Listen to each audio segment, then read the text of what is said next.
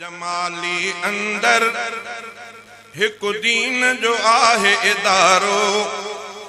हिन गोठ जमाली अंदर हिक दीन जो आहे इदारो। हिते बार पढ़न था सिकसां कुरान खुदा जो प्यारो। हिते बार पढ़न था सिकसां कुरान खुदा जो प्यारो।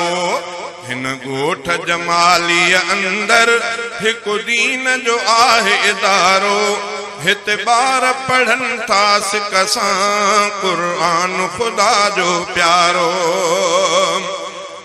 कुरान जिते आहलंदो आबाद सो गोठ वारंदो।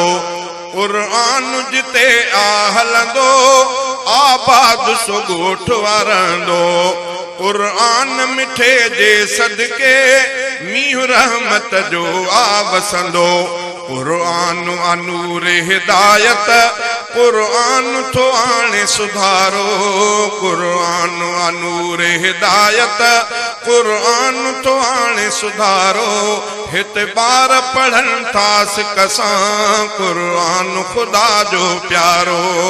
हिन गोठ जमाली अंदर हिक दीन जो आहे इदारो। हिते बार पढ़न था सिकसां कुरान खुदा जो प्यारो। कुरान सिखण जे हलन था जंहिं राह सां प्यारा घुमन था। कुरान सिखण जे हलन था जंहिं राह सां प्यारा घुमन था। अच तिन जे पेरनि हेठां पर पंहिंजा फरिश्ता ॾियनि था। हीअ ॻाल्हि न मुंहिंजी आहे आ कौल नबीअ जो नियारो। हीअ ॻाल्हि न मुंहिंजी आहे आ कौल नबीअ जो नियारो। हिते बार पढ़न था सिकसां कुरान खुदा जो प्यारो। हिन गोठ जमाली अंदर हिक दीन जो आहे इदारो। हिते बार पढ़न था सिकसां कुरान खुदा जो प्यारो। कुरान के सिखंदे पढ़ंदे निंड ईंदी आहे जंहिंखे उन वक्त भरे माण्हूअ जी थी निंड इबादत लिखजे।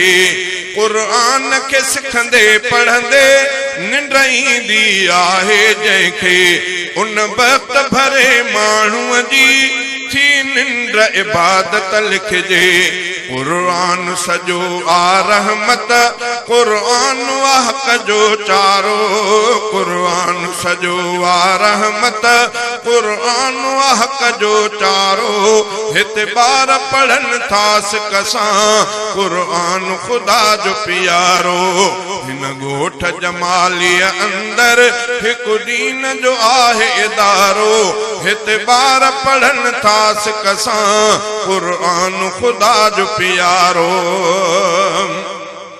थी हाफिज जेको पवंदो रब हशर में तंहिंखे चवंदो। 10 बिश्त में माण्हू वठी वञो एज़ाज़ ही तंहिंखे मिलंदो। थी हाफिज जेको पवंदो रब हशर में तंहिं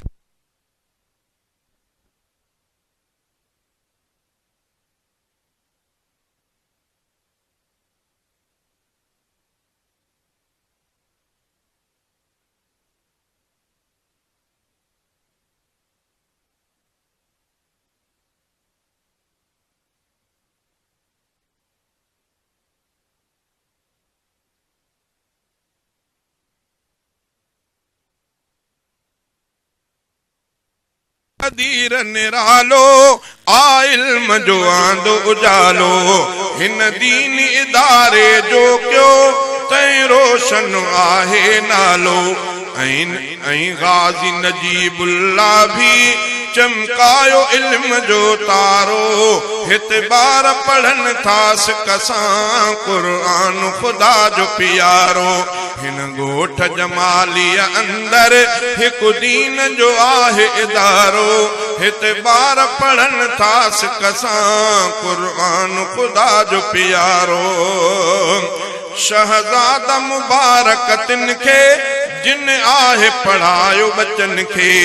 गुलतिन ते गुलाब छटियो क़ुरान मिलियो आ जिन खे पुट न्याणियूं जिन जा पढ़नि पिया थियो भाग उन्हनि जो भलारो पुट न्याणियूं जिन जा पढ़नि पिया थियो भाग उन्हनि जो भलारो हिते ॿार पढ़नि था सिक सां क़ुरान ख़ुदा जो प्यारो हिन ॻोठ जमालीअ अंदर हिकु दीन जो आहे इदारो हिते ॿार पढ़नि था सिक सां क़ुरान ख़ुदा जो प्यारो।